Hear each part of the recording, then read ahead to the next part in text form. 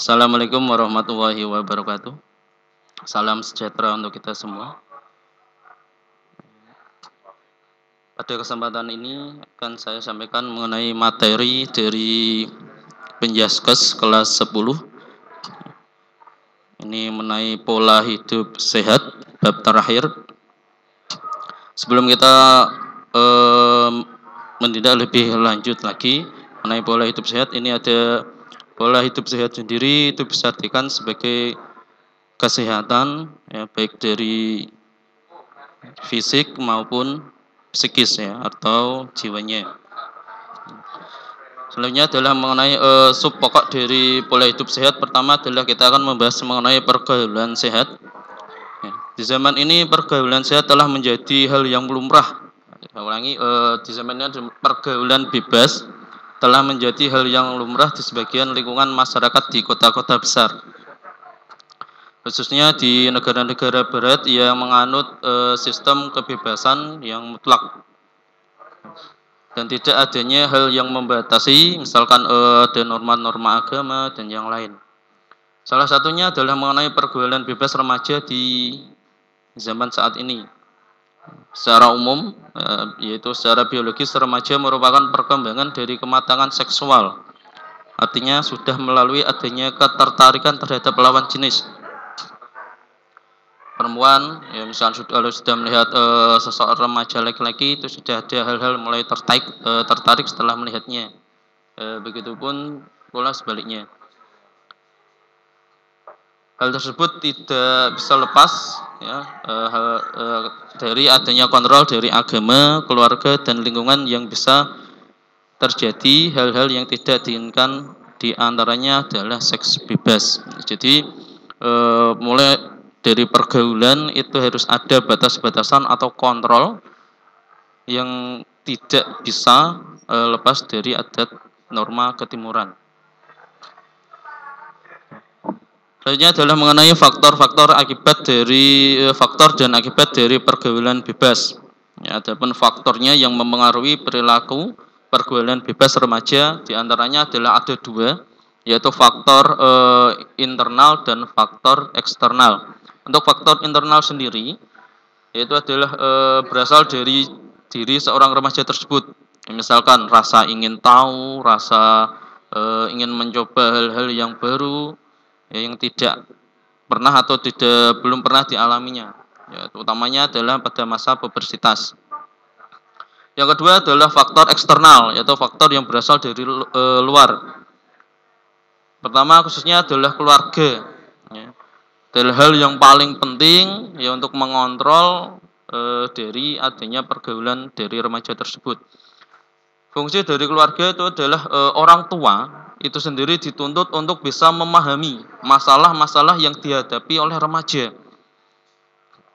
Ya, apalagi misalkan seperti dewasa ini sudah banyak remaja-remaja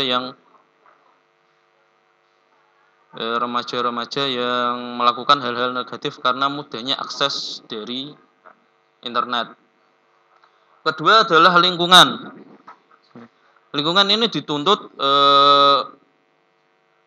untuk bisa mengontrol ya dari adanya efek-efek negatif yang ditimbulkan dari pergaulan bebas tadi. Ya. Kalau misalkan kok lingkungannya baik, lingkungannya agamis, di pondok, di madrasah, itu insya Allah itu nanti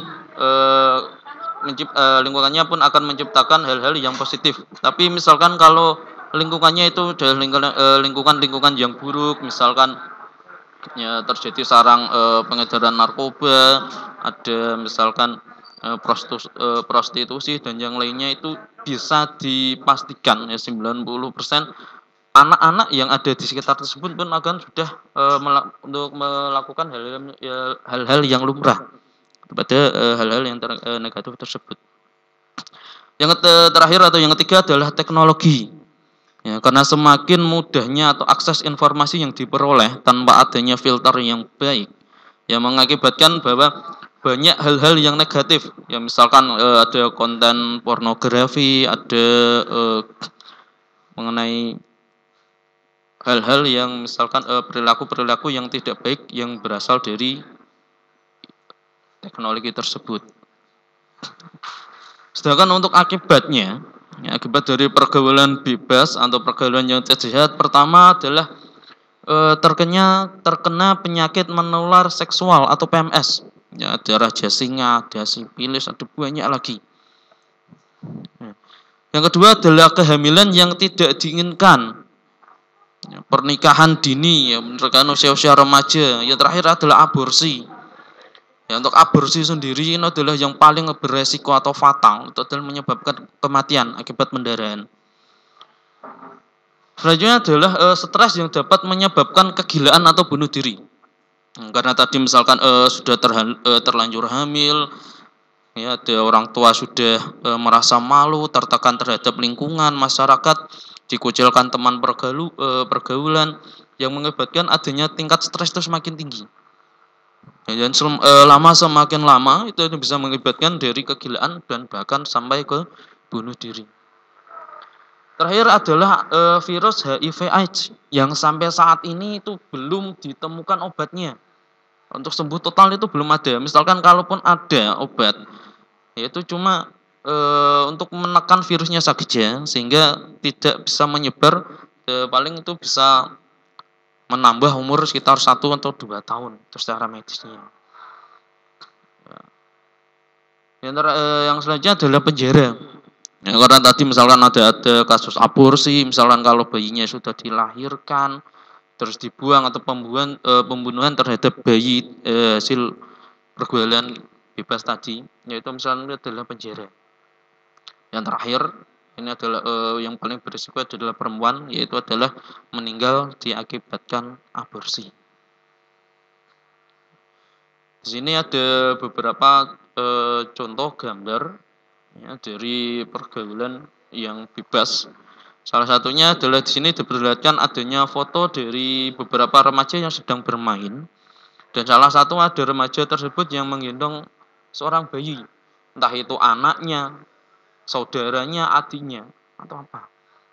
Tapi karena akibat dari pergaulan bebas ini bisa dipastikan bahwa bayi yang digendong tersebut itu adalah anaknya. Coba bayangkan, umur 15 tahun, umur 16 tahun, remaja saat ini masih mengenyam pendidikan, entah itu usia kelas 9 SMP MTS atau kelas 10 SMA, MA atau SMK.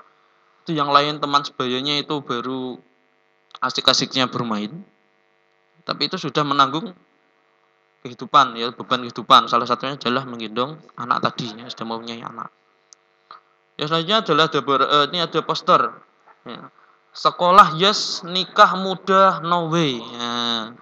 Nah ini, ya, jangan misalkan karena keinginan tawan yang tidak bisa dibendung, maka ingin mencoba-coba dan akhirnya adalah adanya pernikahan di usia dini atau di usia remaja. Dan selanjutnya adalah adanya kekerasan dalam rumah tangga karena efek dari psikisnya itu belum siap, ya, belum siap untuk membina rumah tangga, itu sering terjadinya pertengkaran. Dan yang menjadi korban utamanya itu adalah perempuan dan anak. Makanya di sini ada salah satu posternya itu adalah stop kekerasan terhadap perempuan dan anak. Karena yang menjadi korban atau seringnya korban itu adalah perempuan dan anak. Jarang sekali ditemukan itu suami dianiaya seorang istri dan anaknya, itu jarang. Tapi kalau kebanyakan itu adalah perempuan dan anak.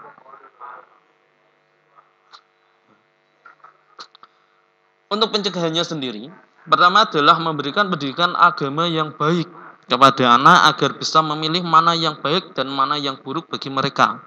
Itu penting. Ya, karena sebagai bekal untuk menghadapi atau menatap masa depannya.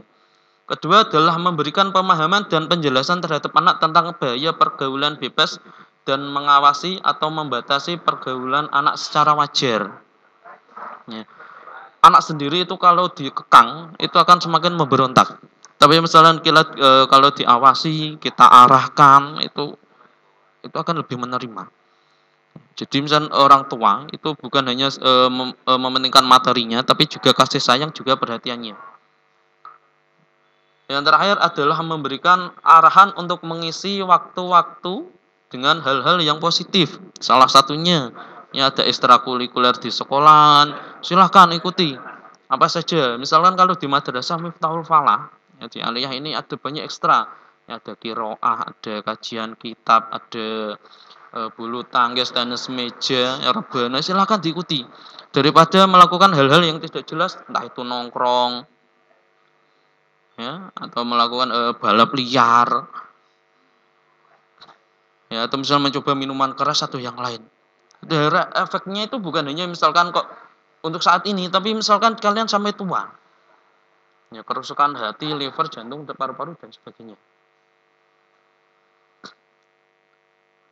Itulah mana untuk yang efek dari pergaulan bebas di masyarakat. Selanjutnya adalah yang sub kedua, yaitu adalah sub pokok pembelajaran kedua adalah penyalahgunaan narkoba. Ya. Pengertiannya yaitu yang dimaksud dengan penyalahgunaan narkoba adalah penggunaan narkoba yang dilakukan tidak untuk maksud pengobatan tetapi hanya ingin menikmati pengaruh dalam jumlah berlebih yang secara terus-menerus. Narkoba merupakan singkatan dari narkotika, psikotropika, dan zat adiktif lainnya. Narkoba dapat menimbulkan rasa yang nikmat bagi penggunanya, rasa yang luar biasa ya, bisa menghilangkan efek beban kehidupan, beban masalah hidup dan yang lain. Ya, rasa melayang-layang dan yang lain. Tapi efek tersebut itu hanya sebentar saja atau sementara. Ya, karena apabila tidak mengkonsumsinya secara langsung atau secara lagi atau terus-menerus, efek yang ditimbulkan itu adalah candu yang luar biasa. Rasa lapar, rasa haus, rasa keinginan untuk mengkonsumsinya tersebut. Ya, apabila tidak, ya, itu akan menjadi lemas, tidak bisa berpikir, tidak bisa beraktivitas. Ya, tubuh akan menjadi kurus dan sebagainya. Faktor-faktor penyebab dari remaja, ya, faktor-faktor penyebab remaja melakukan penyalahgunaan narkoba. Pertama adalah rasa ingin tahu dan mencoba hal-hal yang baru. Ya, karena ini sering terjadi. Misalkan ada barang-barang baru ya, misalkan pertama itu dalam mencoba hal-hal yang sederhana, misalkan rokok. Yang kedua adalah membolos. Ya, kalau ini di lingkungan sekolah, membolos. Diajak merokok, membolos, setelah itu coba ya lagi. Wah, jadi biasa. Cari tantangan yang baru. Ya, minuman keras. 1 gelas tidak terasa, 2 botol tidak terasa, dicampur dan yang lain. Ya, misalkan itu ada yang paling ekstrim itu ada campur alkohol, ada campur spiritus. Spiritus dibakar aja hidup kok, apalagi itu diminum. Ada autan, baygon itu bahkan dicampur itu. Yang kedua adalah ketidaktahuan akan bahaya narkoba karena minimnya dari sosialisasi, utamanya adalah yang masyarakat di pedesaan. Karena termasuk hal-hal yang dianggap tabu. Ya tadi ya. Misalnya ada pergaulan bebas, penyalahgunaan narkoba dan yang lain itu ada termasuk hal-hal yang tabu. Itu ya jarang untuk diomongkan dan jarang untuk diberitakan, kecuali yang ada di televisi. Selanjutnya adalah mengenai keluarga yang tidak harmonis ya, atau adanya keretakan dalam hidup rumah tangga antara ayah dan ibunya kok sering berantem, bahkan misalkan ada yang sudah pisah, ya itu ada anak yang ikut neneknya atau ikut kakeknya, itu biasanya kasih sayangnya kurang. Kalau materi itu terpenuhi, tapi yang paling bahaya itu adalah kasih sayangnya yang kurang. Pasti akan mencari pelarian atau pelampiasan yang lain. Entah itu misalkan tadi ya, mencari kesenangan dengan cara-cara hal yang lain. Itu adalah pentingnya orang tua untuk selalu mengawasi dan mengarahkan anak. Lainnya adalah orang tua yang terlalu sibuk sehingga hanya memperhatikan masalah ekonomi saja, ya, tanpa memandang atau memahami mengenai masalah kasih sayangnya. Cuma dimanja, yang semua kebutuhan anak itu dikasih tanpa adanya pernah diawasi. Minta uang pun tidak tahu untuk gunanya apa. Ya. Misalkan ada iurannya itu berapa, mintanya berapa, itu biasanya adalah peningkatan atau di markup. mar'ab. Yang terakhir adalah adanya ajakan dari teman sepermainan dan lingkungan tadi. Ya, dari awal sudah saya sampaikan, apabila kok lingkungannya itu adalah lingkungan yang tidak baik, itu kecenderungan anak pun akan hal yang sama. Apabila misalnya kalau dalam lingkungan tersebut lingkungannya baik, itu pasti juga yang anaknya pun hasilnya sama. Dan akibat salah satu dari akibat dari penyalahgunaan narkoba adalah pertama itu adalah meninggal dunia atau overdosis. Ya, di sini ada. Ya, di sini ada gambar bahwa seorang siswa SMA, ya, siswa SMA itu meninggal di pojok atau tersender di dinding karena akibat konsumsi dari narkoba. Ya. Kedua adalah di penjara. Ya. Di sini pun ada gambarnya. Ya, ada misalkan ada telekonferensi pers yang dilakukan oleh Polres atau Polresta. Ya, ini ada beberapa oknum yang memakai baju orange, kepalanya ditutup, ya, dan dengan barang bukti beberapa narkoba, itu ada sabu-sabu, ganja, ada heroin, ekstasi dan yang lain. Yang terakhir adalah dijauhi teman, lingkungan, bahkan keluarganya sendiri. Ya, karena terjerat narkoba, putus sekolah, ya, sehingga masa depan anak tersebut menjadi tidak bisa untuk dilanjutkan. Terakhir adalah ada beberapa sini ya, tadi beberapa kasus menjadi salah satu yang terjadi akibat dari penyalahgunaan narkoba. Ancaman yang lainnya adalah yang terakhir ini adalah mengenai ancaman bagi pemakai dan pengedar narkoba ini. Yang saya taruh terakhir karena saya ingin menekankan bahwa bahaya sekali dari penyalahgunaan narkoba. Menurut Undang-Undang RI nomor 35 tahun 2009 pasal 111, barang siapa yang memiliki, menguasai dan menyediakan ya, tentang tanaman psikotropika atau narkotika ini, hukumannya adalah paling lama 12 tahun dan denda paling banyak 8 miliar. Sedangkan untuk pasal 112, ya, ini yang bukan tanaman golongan 1, yaitu misalkan kokain, heroin, opium, sabu, ganja, marijuana, itu adalah hukumannya paling lama 20 tahun dan denda itu 10 miliar lebih. Pasal 114 mengenai pengedar narkotika golongan 1 yang beratnya itu 1 kilogram atau 5 batang pohon atau 5 gram, hukumannya itu paling lama seumur hidup atau hukuman mati dan denda paling banyak itu 10 miliar. Kalau mungkin kalau orang kaya, denda atau pengedar itu masih bisa bayar. Tapi kalau hukuman mati, penjara seumur hidup. Ya, ini ada beberapa foto yang sengaja saya tampilkan. Ini mohon maaf mungkin kalau visualnya atau gambarnya ini terlalu sadis. Ya, ini ada beberapa, ada 2 gambar tepatnya. Yang pertama adalah ada seorang narapidana yang matanya ditutup dan siap untuk dieksekusi mati oleh 4 regu tembak. Pertama itu adalah diincar jantungnya. 4 regu tembak diincar jantungnya. Ya, kalau gambar kedua ini ada beberapa, lebih dari 4, ini ada 6 regu tembak. Ya, di sampingnya ada dokter yang nanti setelah ditembak itu akan memastikan bahwa terpidana mati itu sudah meninggal atau belum. Apabila kau masih hidup, nanti akan lebih dekat. Ya, misalkan nanti kalau jarak tembaknya itu sekitar 10 meter atau 20 meter, itu nanti akan lebih dekat lagi. Bahkan ada beberapa kasus yang ditembak sampai di dekat kepala atau ditembak ke arah kepalanya. Ya, karena dari mulai jarak jauh, diincar jantungnya, hatinya, paru-parunya itu tidak meninggal, tidak mati. Yang terakhir itu adalah ditembak pada jarak sekitar 1-2 meter di kepalanya.